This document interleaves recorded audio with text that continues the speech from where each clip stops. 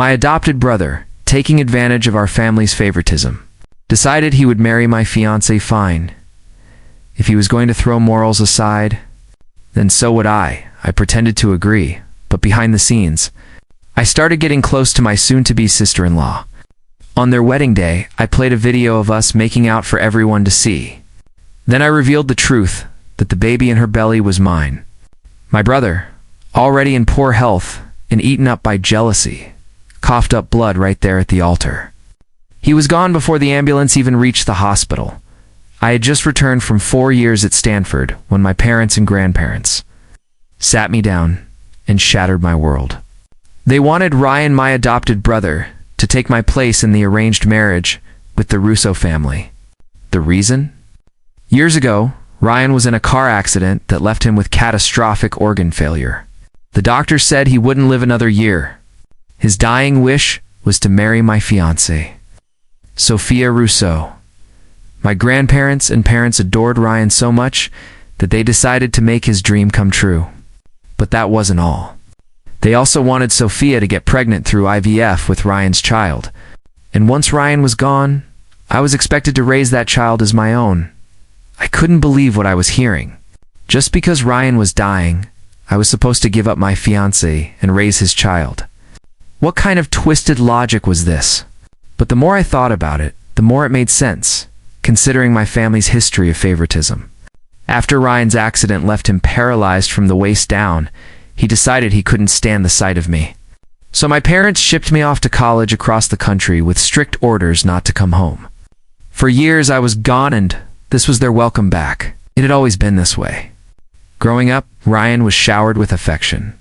His allowance was double or triple mine so he wouldn't feel like an outsider, they said. If we both wanted the same thing, I had to give it up. At parent-teacher conferences, they always showed up for Ryan, leaving me to fend for myself. Their obsession was so extreme that classmates thought I was the adopted one. And with their blessing, Ryan bullied me throughout school. But then karma hit. Ryan crashed his car drag racing, and the accident left him paralyzed with organ failure. The doctors were clear nothing could save him. I thought my nightmare was finally ending. Once Ryan was gone, maybe my family would treat me like their son. But I was wrong. Even on his deathbed, Ryan wanted one last strike against me. He wanted my fiancé. He wanted me to raise his child as his legacy. Ethan, my mother said firmly, this is how it's going to be. Ryan will marry Sophia. We've already spoken to the Russo family, and they've agreed. The baby will be Ryan's, and you'll raise it. My grandmother chimed in softly, Dear, this child will be a memory of your brother. It will be as if it were your own. You must love and cherish it. Are you kidding me? They were already planning the kid's future before anything had even happened. My father scowled at my silence. What's with that long face? The doctor said Ryan won't live another year.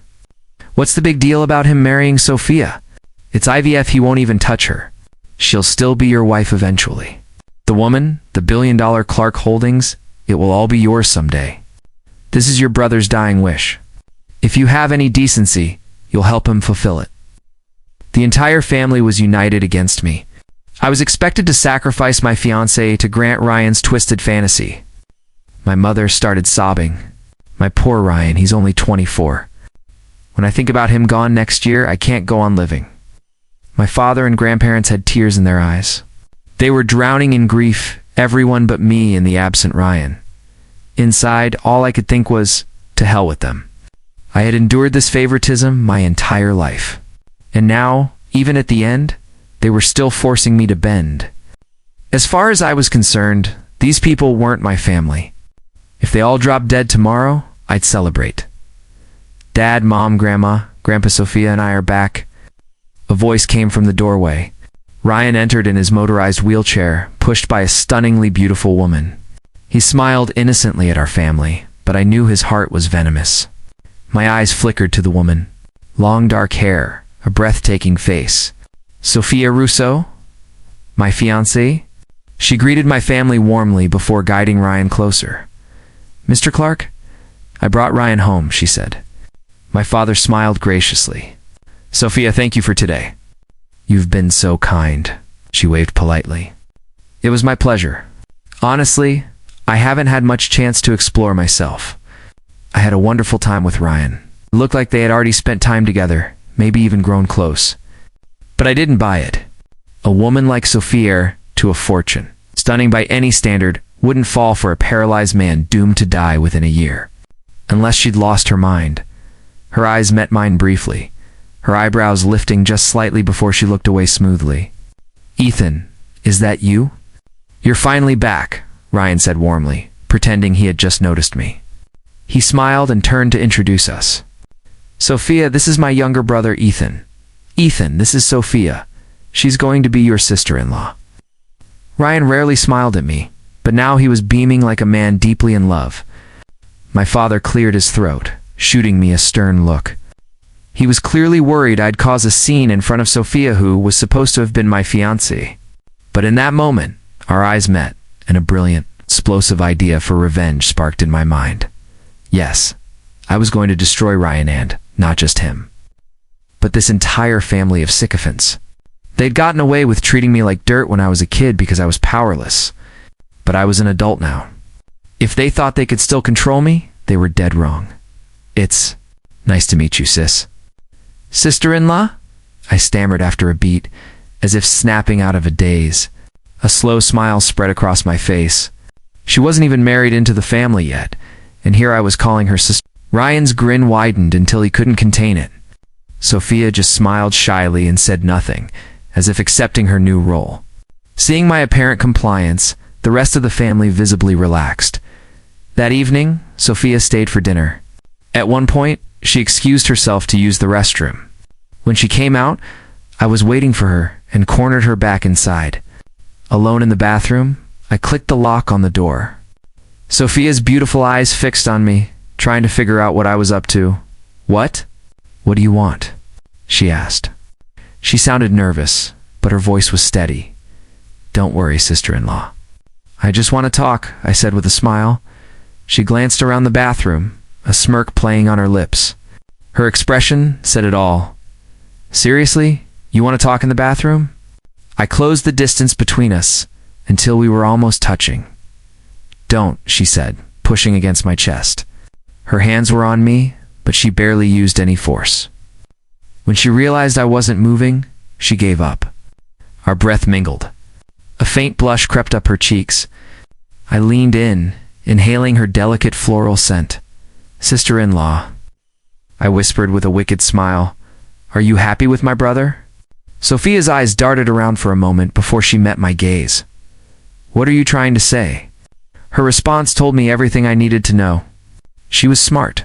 This wasn't a woman with rocks in her head. And just like that, I knew I had found the perfect accomplice for the chaos I was about to unleash. "Let's not play games," I said.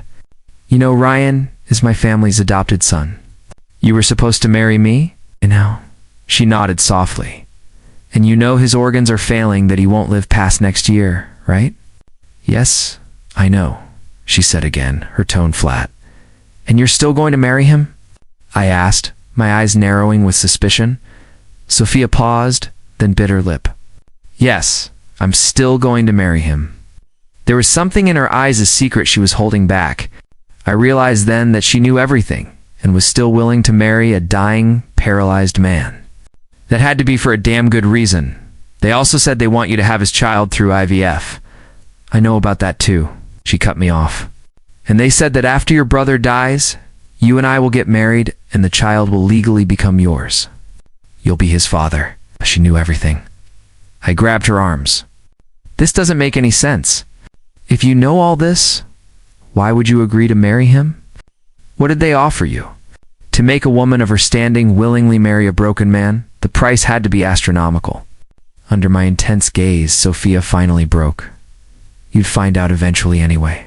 So I might as well tell you now. Your family promised me that if I marry Ryan and have his child through IVF, they'll give me $500 million in Clark Holdings stock." And there it was. It all made sense. No wonder Sophia was willing to endure this humiliation. For a $500 million stake in the company, she'd play along. It just went to show how pathologically biased my family was. To preserve a piece of Ryan, they were willing to give away a huge chunk of their fortune to buy off the Russo heiress. Knock, knock. A knock on the door made us both jump. It was Ryan. Sophia, are you in there? Sophia shot me a panicked look before answering. Yes, I'm here. What's taking so long? He asked. My stomach's a little upset, she said. Improvising. The last thing we needed was for Ryan to find us in here together. But just as she finished her sentence, I leaned in and kissed her. Moi. The soft touch of our lips made her eyes go wide with shock. Moi, while she was still stunned. I kissed her again, a mischievous grin on my face. Her cheeks flushed a deep red. She shot me a furious glare, but didn't dare make a sound. Her silence only emboldened me. I wrapped my arms around her, pulling her tight against me, and kissed her again, deeper this time. I wasn't just stealing a moment. I was reclaiming what was mine. Afraid of making a scene, she didn't resist forcefully. At first, her lips were sealed shut, but slowly, as if her own instincts took over. She began to respond hesitantly at first, then with a will of her own. Really, what we were doing wasn't so wrong. She was supposed to be my fiancée, and according to my family's twisted script, she was destined to be my wife anyway. So what was the harm in a little kiss? Sophia must have come to the same conclusion because she let herself go, melting into the moment. We were lost in each other. Outside, Ryan was still there, muttering to himself, upset stomach, but she was fine just a minute ago. After what felt like an eternity, I reluctantly pulled away. You bastard, Sophia hissed, regaining her composure. How could you do that to me? Do what to you? I teased, a smirk on my face. She grunted, prying my wandering hands off her. I've been in here too long. I'll leave first. You wait a few minutes before you come out. She squeezed past me and started fixing her clothes in the mirror. I stepped up behind her. Sophia, think about this, I said, my voice serious. Ryan is a dead man walking. Is having his baby really worth it? She glanced at me in the mirror. They're giving me $500 million for one baby. You tell me if it's worth it. She had me there. I was speechless. For that kind of money, any woman would probably say yes, but I won't accept that child, I said, my voice low and dangerous. My fiancé having another man's baby, and I'm supposed to raise it? What do you take me for? If you have that baby, you become my enemy. And don't forget, I'm the real heir to the Clark fortune. I let the threat hang in the air. That got her attention. She turned to face me, a flicker of resentment in her eyes. What choice do I have? You're the heir, but your family didn't ask me to have your baby, did they? Was she blaming me for being powerless? It didn't matter. My plan was already halfway there. There's a way we can both win, I said, pulling out my phone. I moved behind her again, wrapping my arms around her in a protective embrace and whispering in her ear.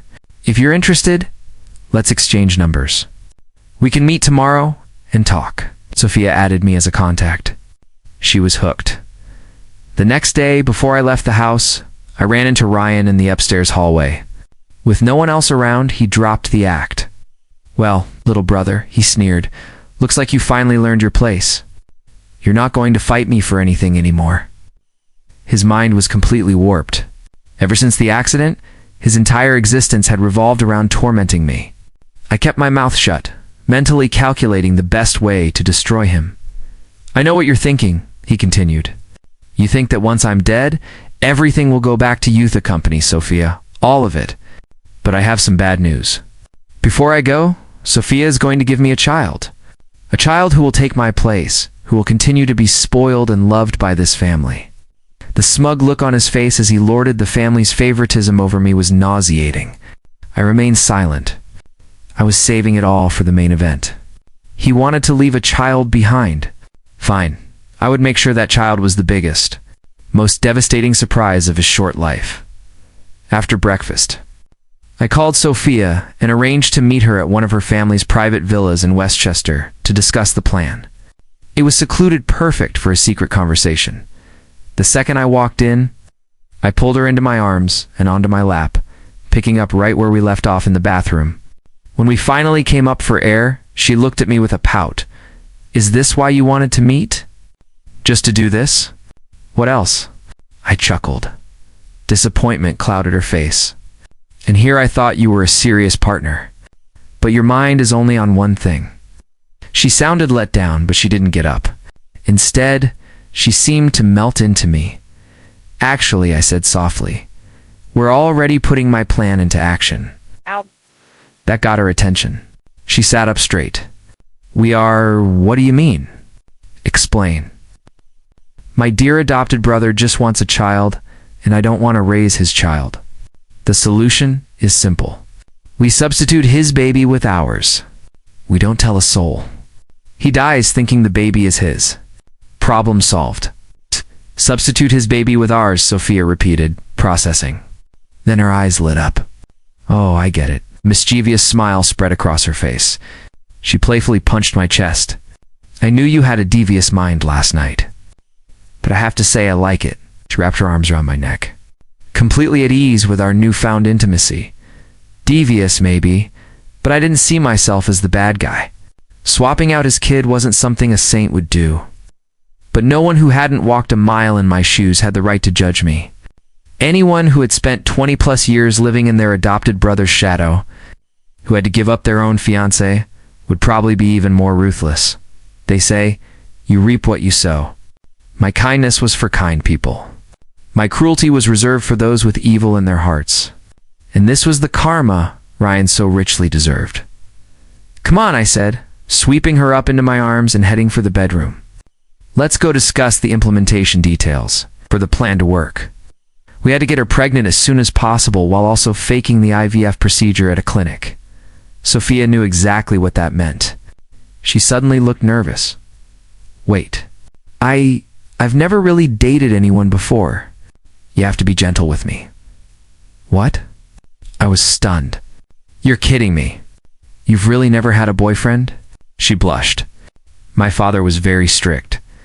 He didn't want me getting involved with anyone. She didn't have to say the rest. Her father had other children, an older son and daughter. The family business would go to the son. She and her sister were assets meant to be married off to solidify business alliances. A pristine reputation was non-negotiable if you were going to be married into another, powerful family. I didn't particularly care about that sort of thing, but I couldn't deny a thrill of victory. We were the original match after all, and we were going to be married eventually. What happened now didn't matter. We spent the entire day at the villa and the entire next week working on a plan. In the midst of it, Ryan scheduled the IVF appointment. My parents insisted I come along to avoid any misunderstandings. Outside the operating room, Ryan, ever the master of drama, couldn't resist another jab. Brother, I wanted you here so there are no hard feelings. Don't worry. Even though Sophia and I are getting married and having a baby, I haven't touched a single hair on her head. I'm just borrowing her womb. I didn't let him get to me. The doctors in the OR were on the Russo payroll. It was all just for show. Ryan, on the other hand, looked pale and drained after his procedure. I was genuinely worried he might croak before my grand finale.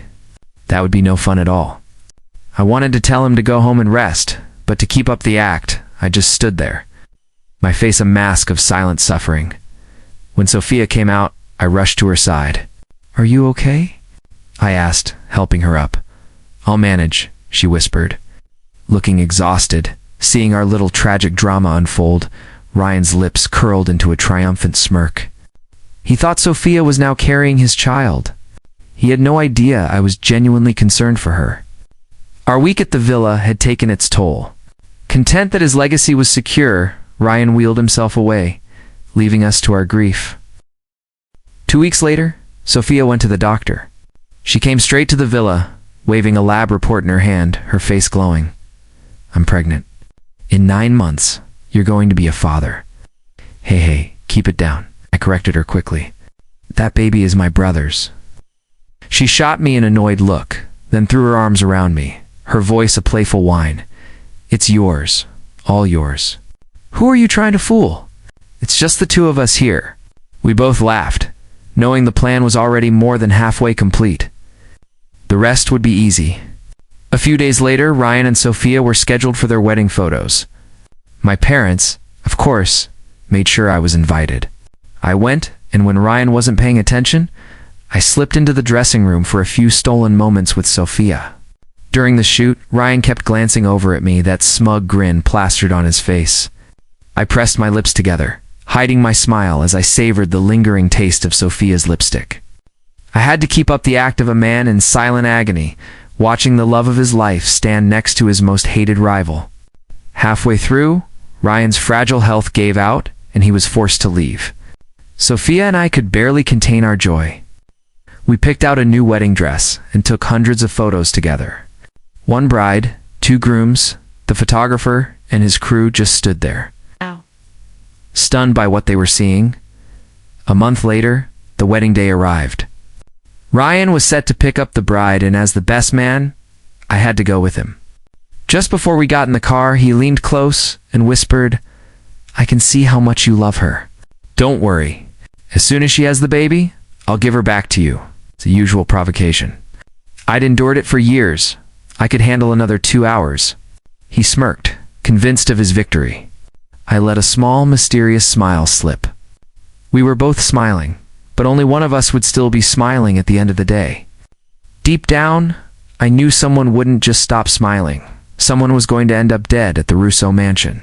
Sophia's bridesmaids, following her orders, created playful wedding obstacles for the groom. Ryan's body couldn't handle it, so the bridesmaids suggested I step in. The result? I carried Sophia out of her house on my back. I was the one who sat with her in the groom's car.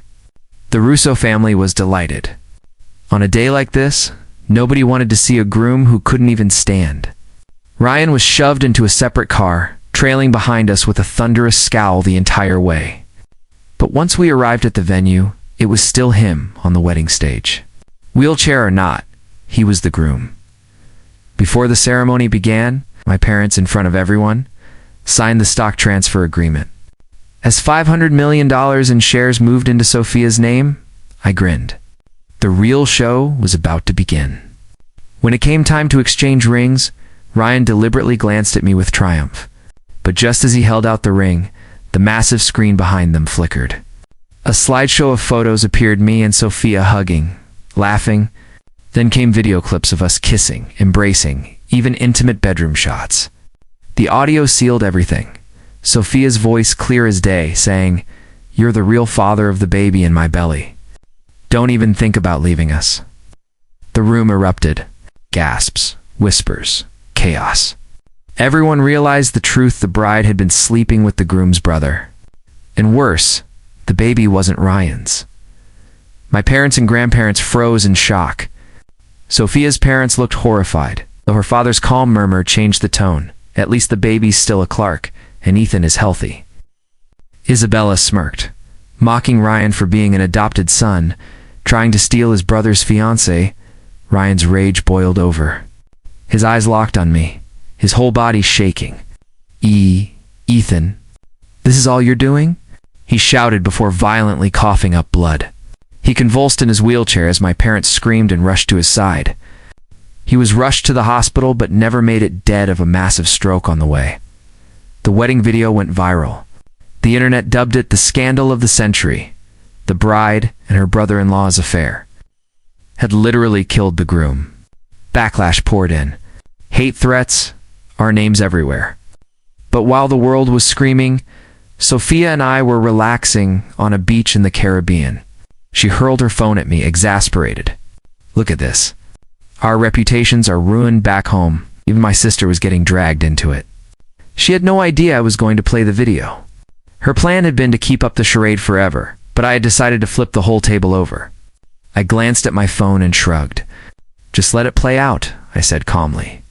Of course, my parents called, screaming accusations. I blocked their numbers.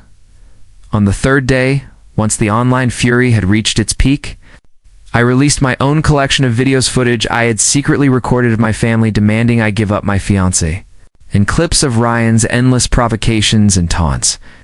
Overnight, the public narrative flipped 180 degrees. "WTF? Is this story?" people wrote.